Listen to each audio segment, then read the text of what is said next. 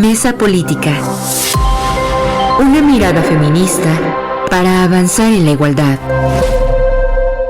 Hola, ¿qué tal? Bienvenidas a una emisión más de Mesa Política, una mirada feminista para avanzar en la igualdad. Yo soy Lucía Lagunes Huerta y en esta ocasión Marta Tagle, Angélica de la Peña e Imelda Marrufo, pues estaremos analizando cómo llegamos a esta conmemoración del 72 aniversario del voto femenino en México. Así que les invito a que nos acompañen. Bueno, vamos a arrancar ya con el tema. El fin de semana pasado, pues se conmemoró 72 años de el voto femenino en nuestro país.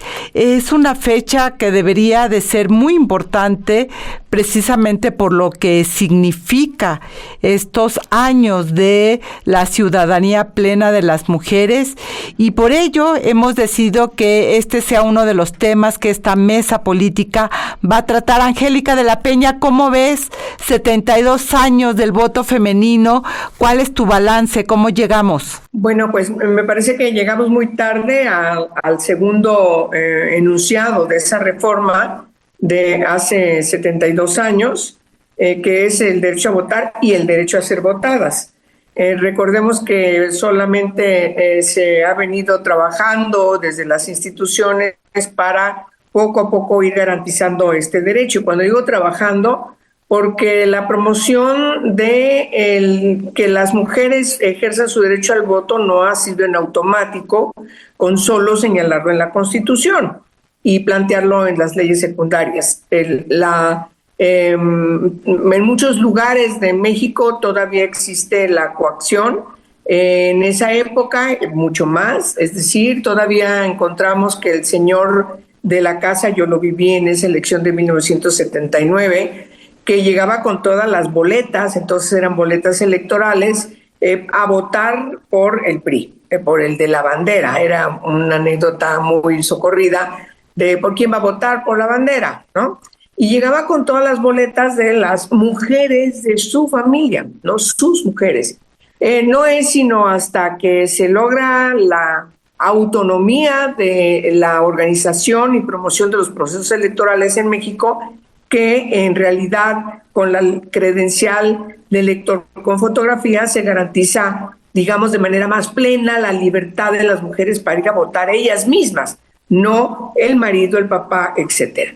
Y luego, pues de manera muy rápida me tengo que brincar a 2014, cuando finalmente hubo necesidad en esta gran reforma que se hizo en materia político-electoral, donde por cierto también se constituye la Ley General de Partidos Políticos, se reconocen las candidaturas independientes, en fin, una gran cantidad de temas, y ahí también incluimos que el derecho a ser votadas para tener un parlamentos, tanto en el Congreso de la Unión, las dos cámaras, como en las 32 entidades federativas, pudieran tener congresos paritarios, de manera que se pudo lograr solamente incluir en esa época, el 2014, en ese dictamen en el que, tengo que decirlo, estuve ahí dando lata porque se nos quedó todavía ya con los últimos minutos para votar, el que se incluyera también el tercer orden de gobierno. No pudimos lograrlo, pero sí que las cámaras de todos los congresos del país tuviesen la mitad de mujeres legisladoras. Eso, por supuesto, que impacta de manera muy importante y trascendental, a pesar de las críticas que podamos tener por el comportamiento incongruente de algunas legisladoras, pero tiene siempre la posibilidad de que en esos listados y en esas candidaturas que logran ganar y llegar a los congresos, haya mujeres comprometidas con los derechos de las mujeres, y de manera que es importante señalar que la siguiente reforma, la que se quedó pendiente en 2014, porque era una reforma muy amplia, finalmente la siguiente legislatura, con más senadoras, con más diputadas, se logra la gran reforma que se denomina paridad en todo. Yo creo que no podemos dejar de conmemorar el voto de las mujeres en México sin que tengamos que hacer referencia, queridas compañeras, pues de manera sucinta a todos estos procesos que nos han llevado a lograr que las mujeres sean incluidas en estos espacios de poder y de decisión. Nosotras, quienes hemos impulsado, todas las que estamos aquí en este programa de CIMAC, pues hemos impulsado que la igualdad sustantiva, por supuesto, también incluye el que las mujeres estén paritariamente en todos los encargos públicos de decisión y de poder, para que, y no solamente, también nos falta el ámbito privado y de la iniciativa privada, pero sí es importante señalar que estos avances nos han permitido también tener un poco más de incidencia, no la que quisiéramos, ya veremos en la ley de ingresos que quizás, y sobre todo cuando venga la de presupuesto de ingresos de la Federación, ahí veremos si realmente seguimos contando o no con las diputadas que van a tener que tomar estas decisiones. De manera que, pues hay que recordar estos pendientes, también los logros que se han dado, pues después de muchos años. Tuvo que pasar prácticamente medio siglo para lograr concretar que las mujeres pudieran ser tomadas en cuenta de manera paritaria, es decir, además su derecho a ser votadas.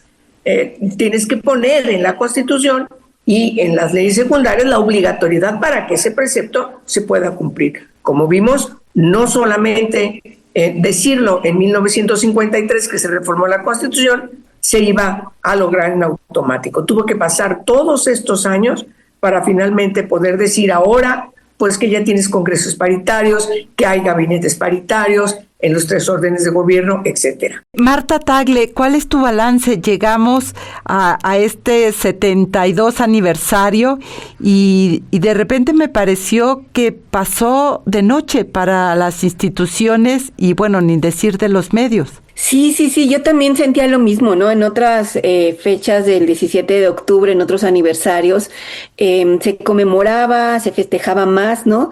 Pero creo que un poco la lógica de quienes están tomando decisiones es que pues ya está la paridad, ¿no? Ya están las mujeres en los espacios de toma de decisiones y pues formalmente ya no hace falta conmemorar esta fecha, ¿no? Entonces vimos incluso desde las instituciones que formalmente eran las que promovían que se hicieran actos conmemorativos, ¿no? Empezando por las autoridades electorales, el INE, los tribunales, la propia Cámara de Diputados. Hasta el día de mañana en el Senado va a haber una sesión solemne al respecto, pero digamos que en general pasó como de noche. Y lo que quizás también es un poco como apostarle a la falta de memoria, ¿no? O sea que debemos reconocer que en nuestro país tenemos una memoria corta y que pues formalmente las que están ya llegaron y no necesitan como reconocer todo el camino que se ha dado, porque ahorita hablar de los 72 años parece bien sencillo, decir, ya cumplimos 72 años de que fuimos reconocidas como ciudadanas en este país con el derecho a votar y ser electas. Yo ya siempre digo electas porque si digo votadas creen que nos voten de aquí y no, ¿verdad? Entonces, yo ya les digo electas para que no se confunda. Pero estos 72 años ha sido un trabajo intensísimo desde muchos frentes, cada momento, y además de una resistencia y de insistencia del movimiento de mujeres, del movimiento feminista, para lograr que las mujeres se nos reconociera plenamente nuestros derechos políticos, porque una cosa fue el reconocimiento formal en la Constitución en 1953 a esta ciudadanía de las mujeres, después también de muchos años, recordemos desde el Congreso Constituyente del 16, ¿no? O sea, muchos años que las mujeres estuvieron luchando para que fuéramos reconocidas como ciudadanas. Después, a partir del 53, pues parecía que ya somos ciudadanas y vamos a poder votar y ser electas. Y no, pasaron casi 70 años para que finalmente se alcanzara la paridad, ¿no? Ya los números formales de tener la mitad de los congresos, del Senado, tener al menos 13 gobernadoras, tener una presidenta de la República. Tuvieron que pasar muchos años, pero ahora se cuenta la historia como que ya estamos ahí y ya. No, estos 72 años fueron de un trabajo intenso, persistente, insistente, y nada más me gustaría terminar esta primer parte de mi comentario en el sentido de que lo que implica el que por qué pusimos tanta insistencia o tantas mujeres y el feminismo en particular han puesto tanta insistencia en el reconocimiento pleno de los derechos políticos de las mujeres. Es decir, no solamente que quede en la Constitución, en las leyes, sino que se convirtiera en una realidad. Porque el feminismo entendió, y así lo ha impulsado en todo el mundo, que es desde el poder público desde donde se tienen que cambiar las condiciones de vida de las mujeres.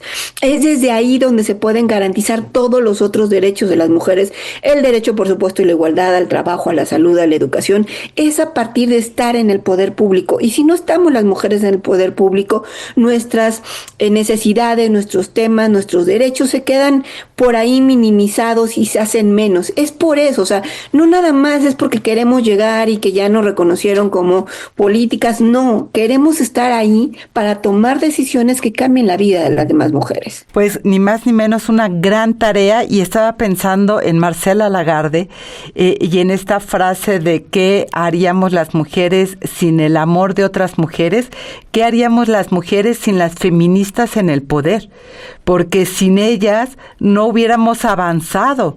Todo lo que se ha construido, Angélica, Marta, la propia Imelda, han colocado las piedras de los cimientos de una nueva ciudadanía donde los derechos de las mujeres pues estén nombrados, estén reconocidos en el papel, pero vamos a ver qué tanto los podemos ejercer en el espacio político, que todavía sigue, creo, teniendo retos importantes. Mi querida Imelda, ¿qué sería de los derechos de las mujeres sin la presencia de las mujeres en el espacio político, en el espacio público?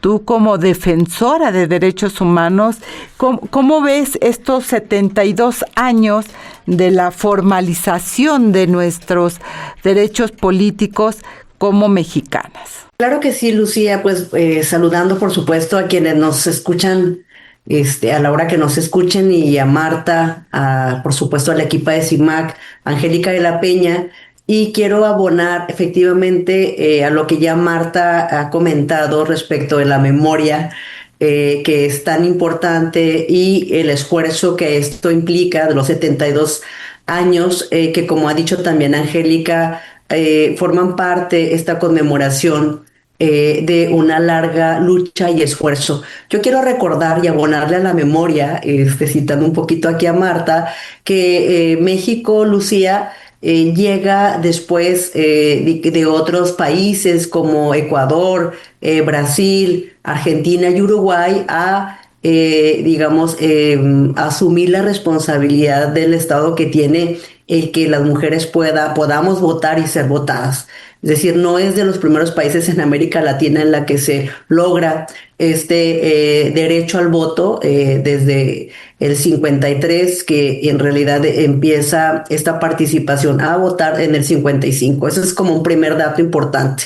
El segundo dato, Lucía, es decir que hoy en día las mujeres votan más que los hombres. Yo quiero recordar y citar el dato, Lucía, del 2024 del INE, de la muestra de participación ciudadana, que reflejó que el 64.3% de las mujeres emitieron su voto frente al 54.8% de los hombres, Lucía. Ese es otro dato, me parece relevante, estamos hablando arriba de un 10%, y que además de esto, las mujeres del sur-sureste, son las que más han votado o votan en México, respecto de Chihuahua, los estados de Chihuahua, Baja California e inclusive de Guerrero. Y de Guerrero, ¿por qué, Lucía? Por la alta marginalidad que sigue estando presente, ¿no? Recordemos que la marginalidad, la exclusión, el acceso a las casillas y a las condiciones estructurales y materiales que hay para votar siguen estando presentes en zonas rurales, ¿no? Y este es un dato que me parece importante seguir ir insistiendo frente a ello, pero también recordar o decir quiénes son las que más votan de acuerdo a estas datos de información que podemos por ahí echarle un ojo, y son las mujeres de más de 50 años, pero sobre todo las mujeres adultas y adultas mayores, Lucía, en cuanto a la participación, digamos, para ir a votar. En el caso de las jóvenes hay una participación, digamos, de otras maneras, de otras formas de participar. Digo, las redes ayudan mucho, pero no necesariamente, digamos, esto implica una participación directa, digamos, en cuanto a la democracia electoral. Yo quisiera como abrir estos datos, esta información. Los estados, diría, de Puebla es uno de los estados que más alta votación registran, digamos. Sin embargo, es importante decir esto, ¿no? ¿Quiénes son los que todavía siguen teniendo la exclusión en el voto? Me parece importante hablar también de las condiciones y no, ¿verdad? Que aún no tienen las mujeres indígenas afrodescendientes en este proceso. Yo estoy hablando de las mujeres que votan ahora. Claro, Lucía y Angélica nos hablaba también del derecho de ser votadas, ¿no? Que es otro elemento que va en correlación con el derecho al voto y pues me parece importante reconocer esta conquista y este trabajo que tanto Marta como Angélica y las feministas en México desde los diferentes espacios hemos acompañado de alguna manera estas conquistas en México que hoy en esta memoria corta de la que tú hablas, Marta, pareciera cada vez menos tener valor. ¿Por qué? Porque pareciera que se llega de manera mucho más sencilla a estas posibilidades, inclusive de tener esta conquista por el poder sin el reconocimiento de la lucha y de los esfuerzos de muchas feministas, compañeras. Mi querida Angélica, los datos que nos está colocando precisamente nuestra querida Imelda nos habla todavía de las brechas de desigualdad en las cuales las mujeres logran ejercer precisamente sus derechos, mi querida Angélica. ¿Tú cómo lo ves? Bueno, en ese sentido falta mucho por hacer, sobre todo porque hemos tenido retrocesos que son muy preocupantes. Estos datos que mencionaba ahorita Imelda de quiénes son los estados donde más se vota, también está ligado a donde hay mayor cooptación de padrones electorales para ir a votar y como resultado, ya lo sabemos, hay distintos análisis que lo evidencian de manera cruda, pues la utilización de los programas sociales para conformar un padrón electoral, impulsar votaciones al partido del gobierno. Me parece que ese sigue siendo un lastre que nos regresa a la época de ese priismo viejo, terrible, dictatorial, que controlaba a las y los, sobre todo a los electores y todavía hemos mencionado que también a las electoras. Ahora vemos que hay una participación importante, y yo creo que hay que dar una lectura integral de que más mujeres participan respecto de los hombres.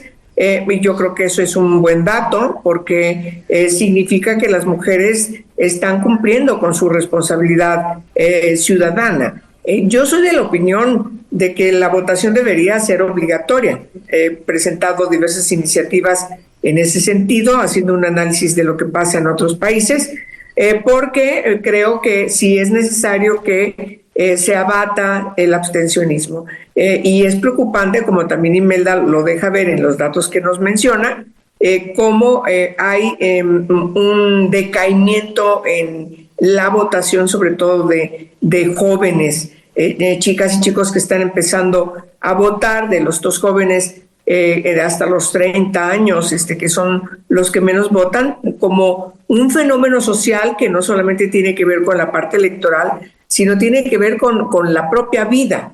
Creo que todos estamos analizando o leyendo a especialistas que hablan cómo puede tener una trascendencia significativa y trastocar la vida y el desarrollo humano, inclusive el de estar todo el tiempo, tanto tiempo pegado a las redes sociales, por ejemplo.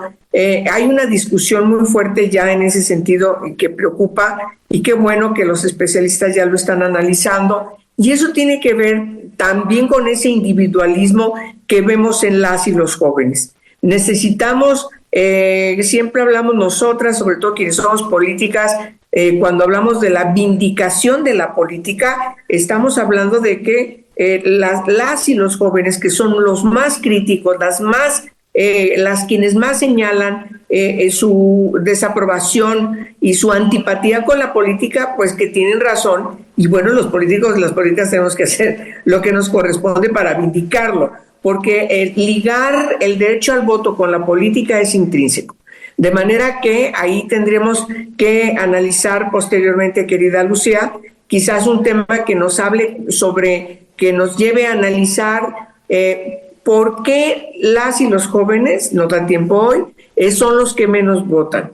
¿Por qué y las y los jóvenes reclaman ser escuchados? ¿Por qué las jóvenes tienen una visión de lo que pasa y los jóvenes tienen otra visión? Es decir, me parece que tendríamos que estar abordando el tema con mayor profundidad, pero lo que sí es cierto es, y con esto concluyo, que por desgracia las votaciones en este país se están convirtiendo otra vez en la cooptación de electores a partir de las amenazas de que pueden perder las prebendas sociales que nadie está analizando y nadie está debidamente, escrupulosamente verificando que efectivamente no haya esta cooptación, como sabemos que sí la hay, porque la vemos todos los días en las votaciones. Entonces, sí nos parece que ese tema sí echa atrás toda la importancia sustantiva respecto de que México es un país democrático y donde aquí se realizan elecciones libres, secretas y voluntarias. No es cierto. Sin duda hay que analizar la democracia que se dice que tenemos, cuáles son los pilares, dónde está sustentada, y quiero recuperar en ese sentido lo que Marta decía en términos de la memoria, pero también en términos de una reflexión, es decir, llegamos con el número. Sin duda el número está puesto de mujeres, ya lo decías Angélica, yo lo decía Imelda, en términos de congresos, gubernaturas, una presidenta, gabinetes paritarios, legislaturas paritarias. Marta Tagle, llegamos con el número, pero ¿qué tanto, te pregunto, llegamos las mujeres con poder a ejercer esos cargos? Que sería parte de lo que habría que analizar, si el número y el poder van de la mano o no. Sí, yo sin duda he venido además como para tratar de ser, como explicar de manera muy sencilla qué es lo que implica la paridad, llegar a los espacios de toma de decisiones en igualdad, ¿no? Y he explicado que esto tiene 3 partes. Uno es mujeres en el poder, es decir, que cada vez lleguen más mujeres a ocupar estos espacios de toma de decisiones, y me parece que de alguna manera se está viendo reflejado en el número de mujeres en estos espacios, ¿no? Entonces están mujeres en el poder. Pero esto no es suficiente, con eso no se transforman las relaciones de poder que hay, y por eso la siguiente parte es que las mujeres que están ahí tengan poder. Entonces son mujeres en el poder con poder. Y si nosotros vemos particularmente en los congresos, quienes siguen tomando decisiones son los señores, ¿no? Y además señores pues bastante machos tóxicos, ¿no? Adán, Monreal, etcétera, son los que siguen tomando las decisiones, y si nos damos una vuelta por los congresos locales nos vamos a topar con muchos muy parecidos, ¿no? Y entonces, y aunque uno diría, bueno, en los cargos ejecutivos no es así, pues nomás hay que ver a las gobernadoras, a las alcaldesas, porque señores están rodeadas, ¿no? Muchas de ellas llegan condicionadas. Entonces, todavía el empoderamiento de las mujeres en esos espacios me parece que es una gran batalla la que sigue, ¿no? Porque la democracia y la paridad y todo lo que hemos luchado, pues no solamente se trata de que ya llegamos y nos pusieron ahí, y digo nos pusieron porque están llegando las mujeres que estos señores quieren, al final de cuentas, ¿no? Entonces son mujeres en el poder con poder. Y luego la última parte de lo que implica este tema de la paridad es para qué queremos ese poder. Yo a veces en tonos de broma, pero muy en serio les digo, es que si queremos mujeres que van a seguir tomando decisiones como los hombres, pues para eso seguimos votando por los hombres. Digo, ya han tomado decisiones a costa de nuestra vida durante muchos años que nos han afectado, no solamente a las mujeres, sino como sociedad mexicana, y hayan estado, ¿no? Entonces, de lo que se trata es que para el poder, ¿para qué lo queremos? tenemos. Y yo de verdad soy una convencida de que las mujeres debemos aspirar a tener el poder para transformarlo y que este poder sea más democrático, más horizontal. Eso significa que no sea jerárquico, que haya decisiones consensuadas, diálogo, parlamento, etcétera. También sea más plural, y eso no está sucediendo, y también sea más diverso. Las otras, no solamente lleguen mujeres privilegiadas a estos espacios de toma de decisiones, sino en la medida en la que lleguen más mujeres diversas, plurales, de diferentes sectores, que las atraviesen diferentes realidades, ahí donde están tomando decisiones, vamos a tener una mejor democracia. Y para eso estamos apostando a llegar al poder. Pues esa es parte de la aspiración de las sufragistas, que todas las mujeres pudiéramos tener realmente las condiciones para ejercer el poder en los espacios públicos, para aquellas que decidan entrar a la carrera política.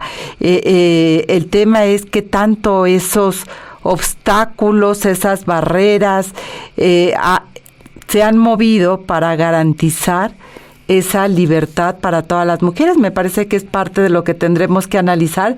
Tenemos varios comentarios ya que nos están colocando, en fin, señalando uno que tú planteabas, Angélica, en su momento, pero lo coloco y mi querida Imelda igual puede recuperar algunos. Hablan de la violencia política contra las mujeres, qué hacer, y hablan de que los partidos políticos es uno de los principales agentes precisamente de esta violencia política en un país alertado donde participan, que hablaba de las alertas precisamente, los partidos políticos, y dónde está la política precisamente como un riesgo. Y Ana María, que señala que desgraciadamente debe haber desde casa con nuestras niñas, pues que crezca la ideología de que las mujeres son valiosas y que pueden cambiar precisamente esas mentalidades que se construyen todavía de que somos el sexo débil, necesitamos ser protegidas, etcétera. Mi querida Imelda, llegamos, tú hablabas hace unos programas de algo muy importante que era la parte simbólica. Y decías, bueno, simbólicamente las mujeres estamos, y ese es un gran cambio que se ha dado. Pero ¿cómo traducimos? Y creo que ahí está la parte como de reto entre lo simbólico, lo concreto y el poder real que ya planteaba Marta Tagle, para qué lo queremos, cómo lo queremos y cómo lo transformamos. ¿Qué tanto las gobernadoras están cambiando? Tú tienes una gobernadora en tu estado.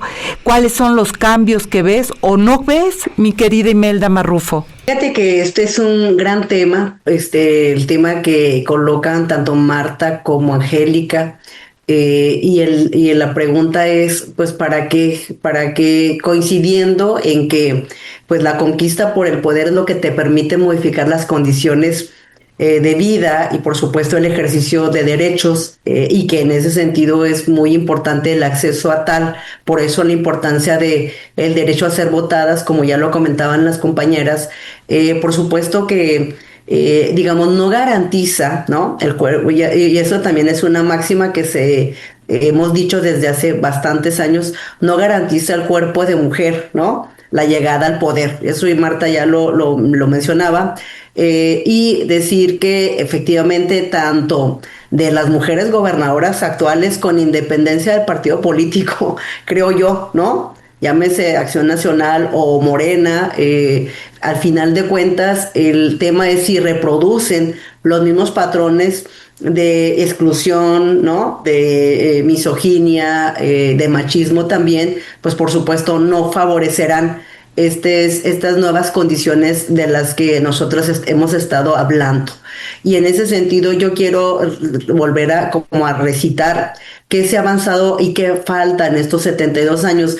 Lucía, por algo se pugnó por la ley 3 de 3, ¿no?, que recordemos la ley 3 de 3 contra la violencia doméstica, digamos que los agresores que los agresores no llegaran al poder, ¿no?, porque finalmente mayor poder a los poderosos que ejercen la violencia, pues es algo que desde el feminismo se planteó evitar, tanto para los agresores, deudores alimentarios, ¿no?, morosos, digamos, agresores sexuales, violencia doméstica y demás, e inclusive lo que también nos llamamos la 8 de 8, ¿no? Que es esta ampliación de criterios, por supuesto, porque al final de cuentas se dice que la 3 de 3 quedó corta. Yo quiero plantear ese tema y una reflexión solamente, que el ejercicio del voto y la participación ciudadana, Lucía, Marta, Angélica, está profundamente relacionado con las condiciones de cuidados.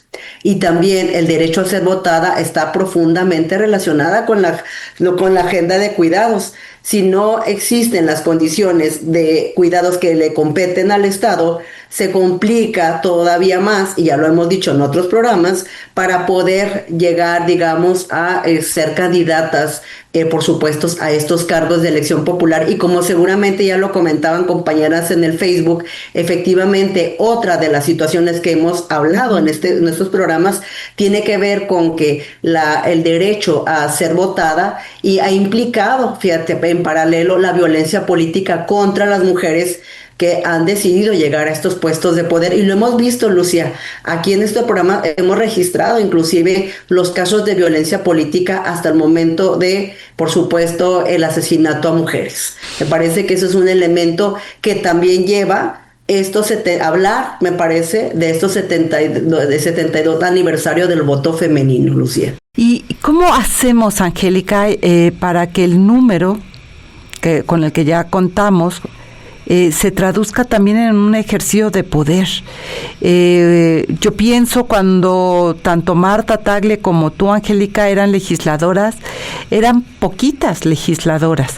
Y lograron cambios importantes legislativos, lograron hacer los acuerdos necesarios en los congresos para avanzar, tanto en la Cámara de Diputados como en el Senado, y hoy tenemos el número, pero pareciera ser que la agenda, por ejemplo, de los derechos humanos de las mujeres no es prioridad ni en el Senado ni en la Cámara de Diputados, y las gobernadoras tampoco tienen en el centro la vida y la integridad de las mujeres, Angélica.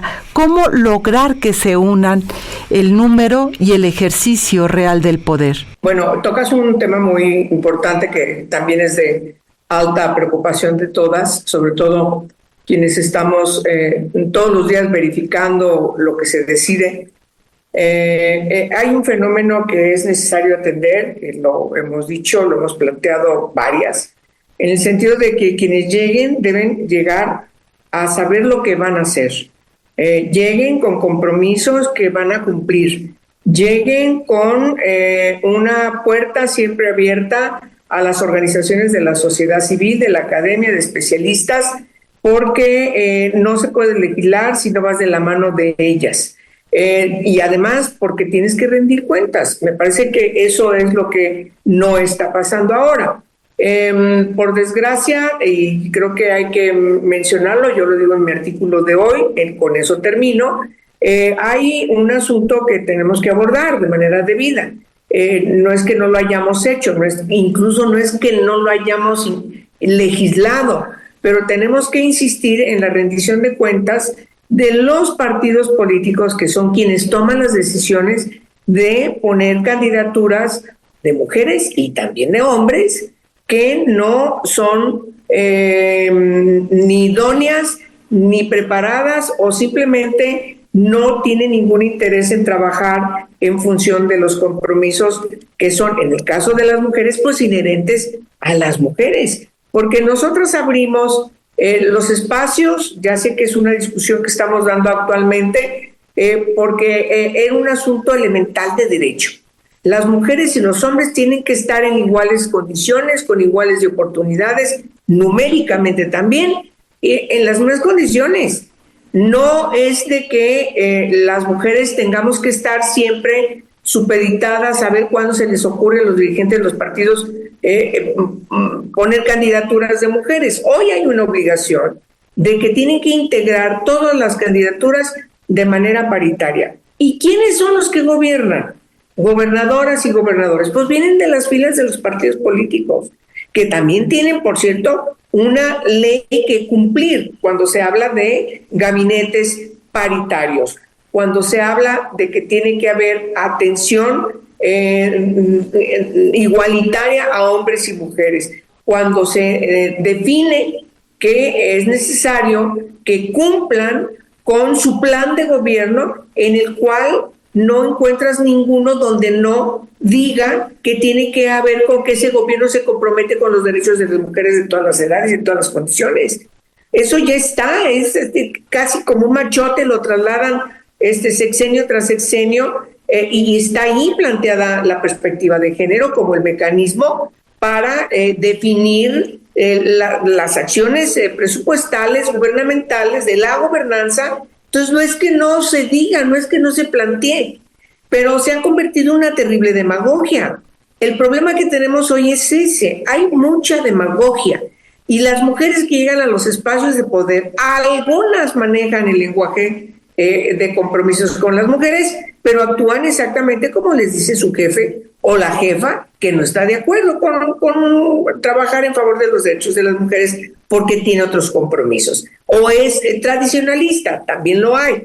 Hay mujeres que están en el poder que dicen, no, yo, pero para todos, especificar, las mujeres no, pues ahí va en todos. Es decir, si encuentras una especie de decepción en algunas colegas que dicen, bueno, tanto que hemos trabajado para que lleguen las mujeres y estén haciendo lo mismo que hacen los hombres, o a veces peor que los hombres, como las diputadas que le corearon a Cuauhtémoc Blanco, no está solo. Bueno, otras tuvieron mayor recato y decoro, y aunque apoyaron a Cuauhtémoc Blanco, no lo dijeron, no lo cacarearon, pero otras se expresaron con un lujo de desvergüenza, gritándole al señor acusado de violación, en lugar de ponerse con la víctima, al señor le gritaron en el pleno de la Cámara de Diputados, no está solo, no está solo.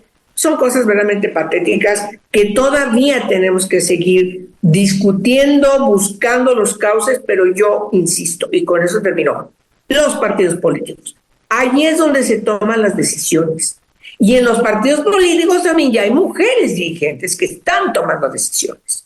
Entonces, no le demos vuelta al asunto, tampoco descubramos el hilo negro, ahí está el problema. Sin duda los partidos políticos tienen una enorme deuda con la democracia y la paridad, mi querida Marta Tagle. Sí, no, yo lo que creo, y también he insistido en ello, es que el gran pendiente que tenemos es justamente la democratización de la vida interna de los partidos políticos, y justamente el que la paridad alcance a los partidos políticos, porque hoy por hoy siguen siendo los señores de los partidos los que deciden que hombres y que mujeres van a ocupar las candidaturas y los espacios de toma de decisiones. O sea, no solamente las mujeres, porque creo que también hay que hacernos cargo, o por lo menos en este sentido, de que también los hombres que siguen llegando, hay algunos que no rebuznan porque no saben la tonada, pues, o sea, la verdad de las cosas es que hemos tenido muy malos presidentes municipales, muy malos diputados, digo, nomás hay que darse una vueltita por el Congreso y también son pésimos, ¿no?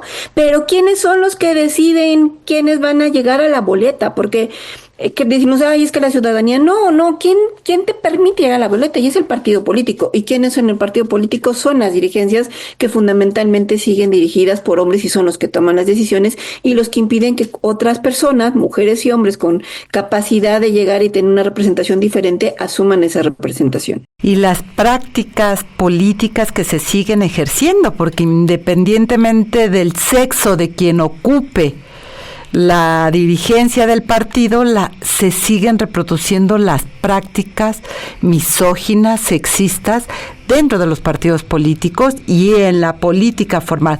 A ver, no quiero dejarlo cortado, mi querida Marta Tagle, estas deudas que tiene los partidos políticos de no garantizar realmente, porque se ha hecho mucho para que los partidos se democraticen. Se puso un presupuesto para la formación política de las mujeres.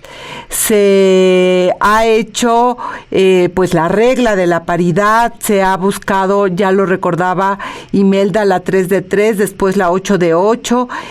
Varias feministas como tú, como Angélica, han peleado dentro de los partidos políticos, es decir, si alguien conoce las tripas, son ustedes que han dado la lucha dentro de los partidos políticos para cambiar, transformar, yo diría transformar la lógica partidaria para garantizar lo que tú decías, Marta, y lo que también Angélica ha señalado: la democracia, la libertad, la pluralidad, las garantías de los derechos. Sin embargo, tienen una coraza impresionante y pueden ser grandes, chiquitos, pueden estar hoy en el poder como Morena o haberlo perdido después de 70 años como el PRI, pero las prácticas siguen siendo las mismas, pasando por todas las gamas en medio.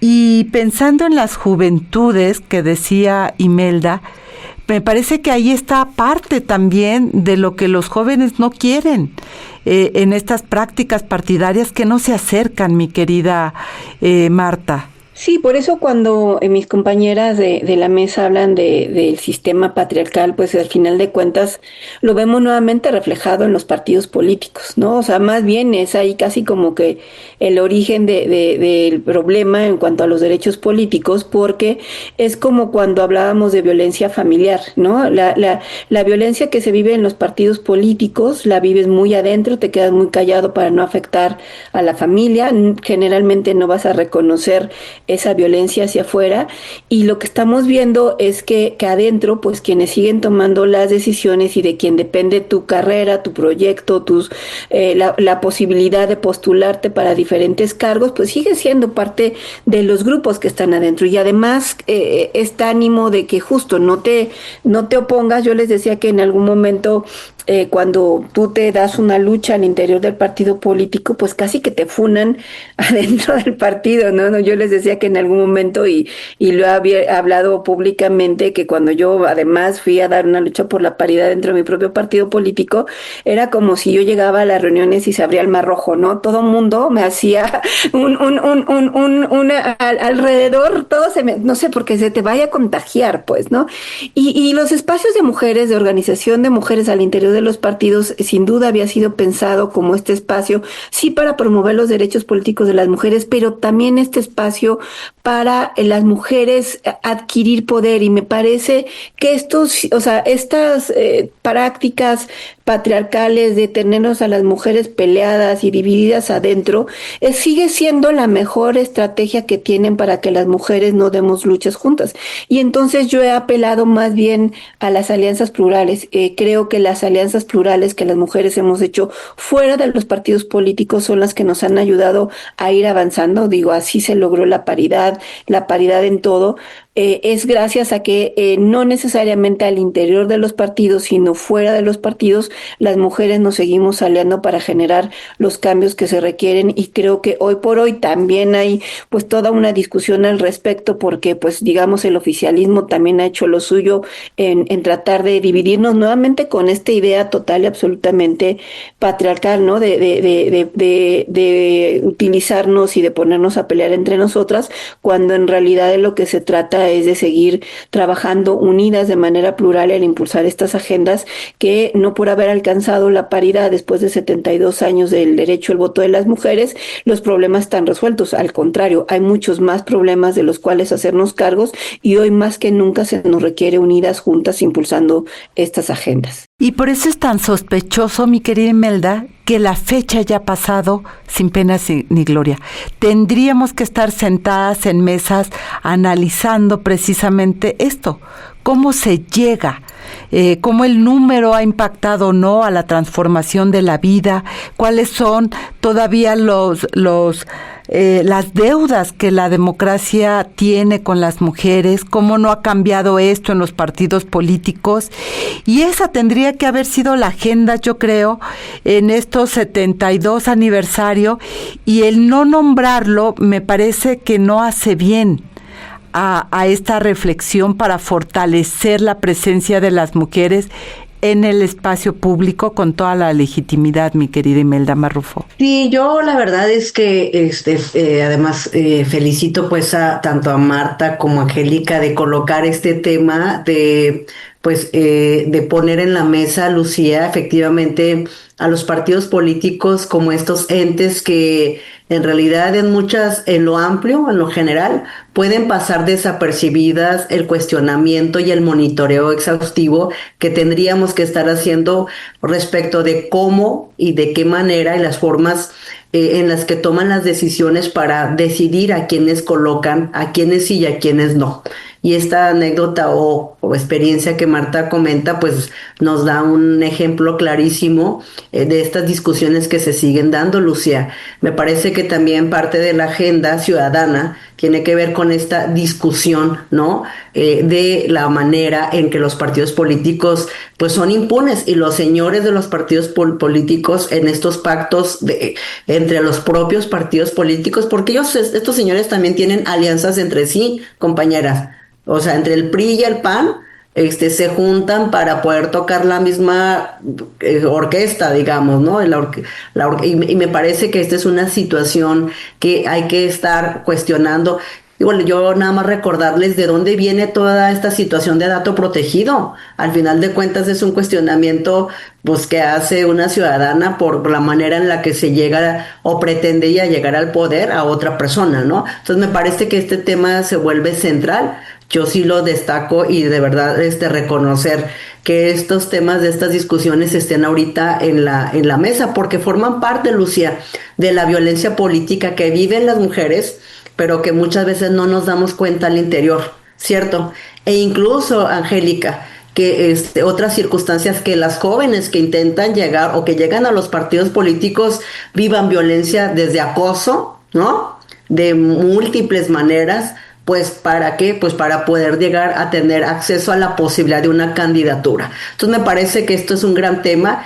Yo sí reconocería que desde el feminismo hay muchos avances en estos 72 años, y parte de las mujeres que han construido estos procesos democráticos con todo lo que hoy nos falta. Y no quiero dejar de citar y recordar a Leonora Ida, a Concha, que se nos fue hace unos días atrás, y me parece que citar y reconocerla forma parte pues de lo mucho que se ha avanzado también en el país con mujeres como ella, Lucía. Muchas gracias, Imelda, por traer a la memoria a Leonora Ida Concha. Sin lugar a dudas es necesario, y recuperar, mi querida Angélica, los pactos. Y vuelvo a traer a Marcela, cuando ella habla precisamente de los pactos, que es precisamente esta acción política que hacen las mujeres en torno a los derechos y a la vida de las mujeres. Y Marcela lo señala, y a propósito de lo que dice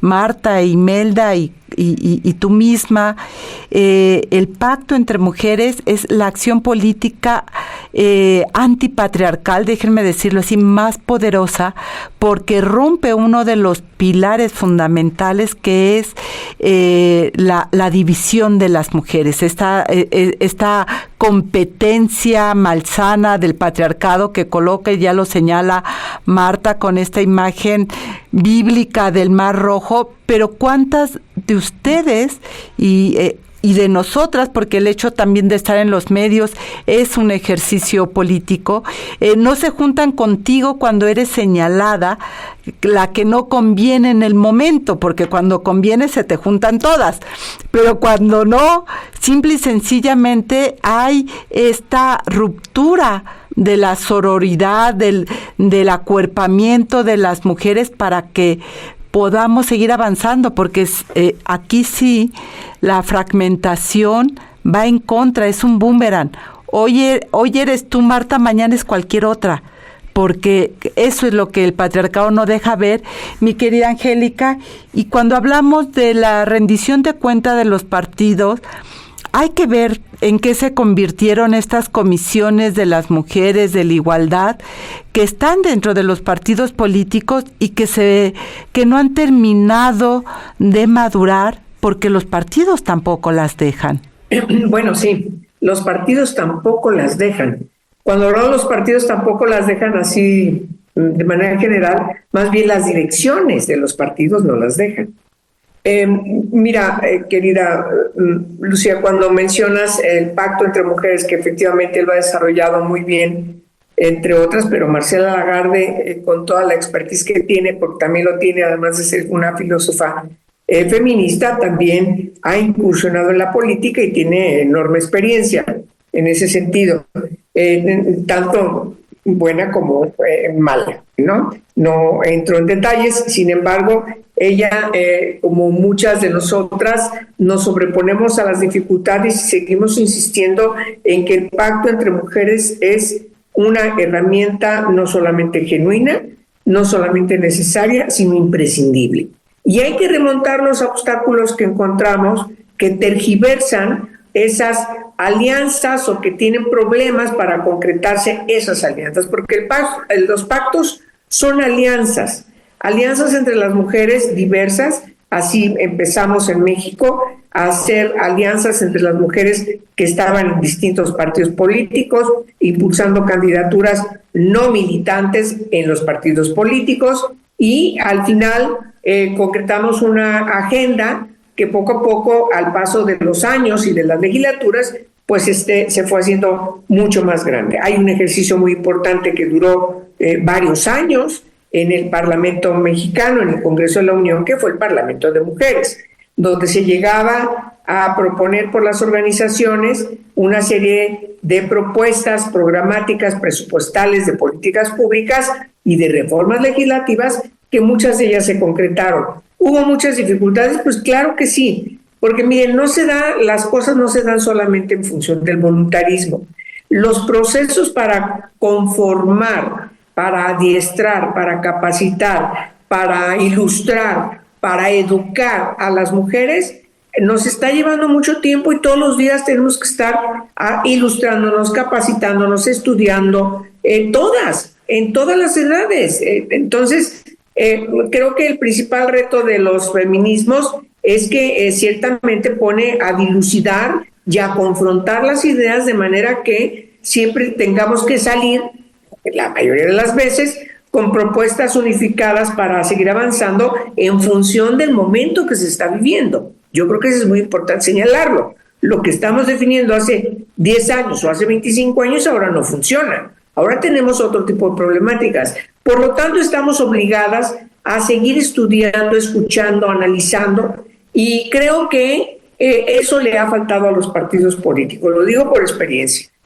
Nosotras llegamos, por ejemplo, en la experiencia que yo fui fundadora del PRD y me retiré del PRD ante decisiones totalmente equivocadas que llevaron a perder el registro, señalado por mí. Hay documentos y movimientos señalados previniendo esto va a pasar si no tomamos estas medidas. No hicieron caso, dije, bueno, ok, vamos a ver qué pasa, pero la realidad se impuso. Pero cuando llegamos a ese nivel de deterioro, las mujeres ya no querían seguir estando juntas, ¿no? O las que querían, buscaban la alianza con el señor, ¿no? Con los dirigentes. De manera que eso se vive en todos los partidos. Se vive en todos los partidos del mundo. Tampoco nos extrañemos, ni tampoco nos dé vergüenza decirlo y tampoco nos tiremos al piso. Simplemente lo que digo es que ahí está el problema, sigue estando el problema, ahora con otras características, pero se sigue enfrentando porque este es un proceso. Si no entendemos que la vindicación de las mujeres, la emancipación de las mujeres en todos los espacios de la vida es un proceso que nos está llevando mucho tiempo y nos va a llevar más, entonces podemos sentirnos defraudadas, tristes, apesadumbradas y tiramos la toalla. No hay que tirar la toalla, hay que seguir trabajando para formar las conciencias de las mujeres, también de los hombres. Cada vez hay más hombres que entienden esto y dicen, el feminismo ha ayudado a que las mujeres salgan adelante. Y si las mujeres salen adelante, toda la sociedad, incluidos nosotros, salimos adelante. Bueno, hay que seguir trabajando, pero sí hay serias dificultades que ahora, en este 2025, tenemos que enfrentar, porque son las mismas de hace 10 años. Y que por eso era tan importante no dejar pasar la fecha, hacer este análisis, hacer esta reflexión, porque es parte de lo que tenemos que seguir discutiendo si realmente queremos una democracia en este país, porque ya lo han dicho las feministas, si no hay mujeres, no hay democracia, y si las mujeres no pueden tener las condiciones para ejercer el poder, tampoco hay democracia.